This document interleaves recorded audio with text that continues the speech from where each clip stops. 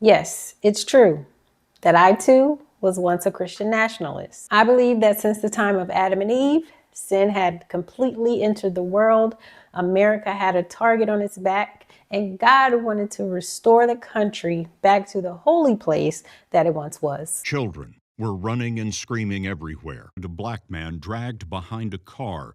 His head was being bashed in, the deputy said. So holy.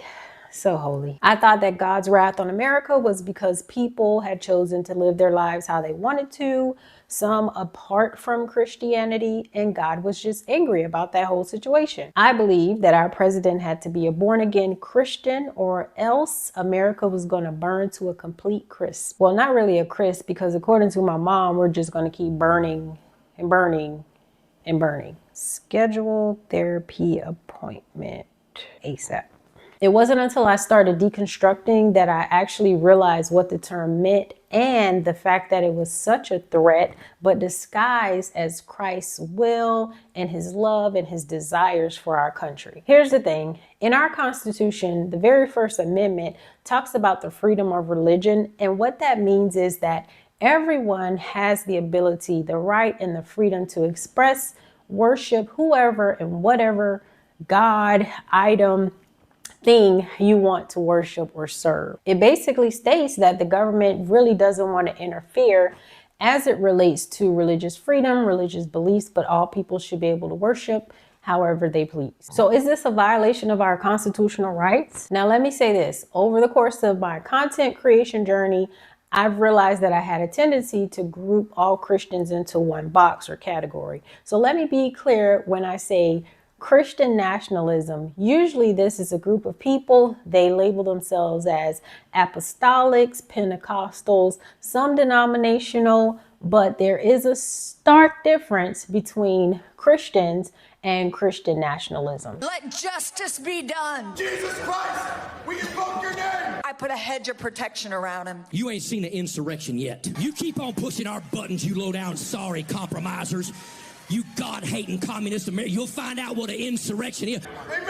Amen. I'm not talking about Christians who believe what they believe and respect the beliefs of other people. Now that I've gotten that out of the way, let's continue. So why is Christian nationalism a threat to our democracy? Reason number one is it takes away the peace of other people who may believe differently or who may not believe at all. It believes that God governs politics, and everything that happens in politics should be a direct result of whatever the Bible says we should do. But think about it. What if your family is non-religious? What if your family practices Buddhism, Hinduism?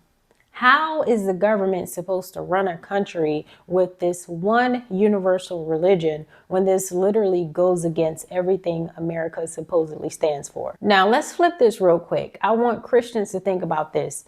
What if people who practice Hinduism started yelling out that the government should be run by other people who practice Hinduism only, or that the entire government should be ran by the beliefs of Hinduism? Christians would have a complete fit. In the name of Jesus. So my point is, having the freedom to worship as you please is not solely for Christians. It is literally for everyone. So how do we stop this?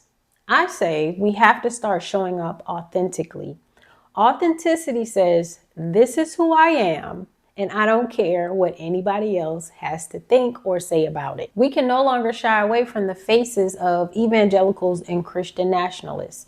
They lead with fear, so we're going to have to lead with boldness. When they interrupt you eating your ice cream because they want to tell you about the good news, but you don't want to hear it, you have to be bold enough to say, no, you can't interrupt me to tell me about no good news. The good news is that this ice cream is delicious. The good news is not you telling me that I'm going to spend my life in hell if I don't accept the love of Christ. But his love is available to me if I choose to get saved and accept his love. What the hell you say? What the hell you say? You can no longer be afraid to say, I'm an atheist, or I'm an unbeliever, or I practice Buddhism, or I'm Muslim, or whatever the case is. Whatever it is you believe, you're going to have to stand 10 toes down and not be afraid, and not allow any of these people or these types of people to make you feel less than or make you feel fearful of the hell or whatever it is that they're trying to punish you with. Now, I'll be honest, being in the minority is not the easiest thing in the world,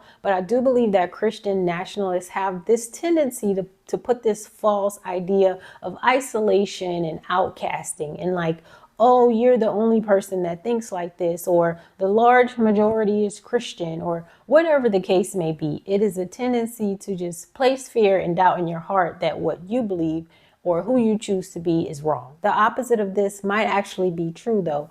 I feel like if enough people began to use their voices and began to publicly express what it is that they believed boldly, loudly, then we would start realizing that we're not as alone as we think, and that there are large communities of other people who may believe the things that we believe, or similarly to how we believe them. It won't feel as frightening to say, I don't believe this, or actually I'm deconstructing, or actually I don't know if I believe this anymore. The last way I'll say that we can stop Christian nationalism is to educate yourself.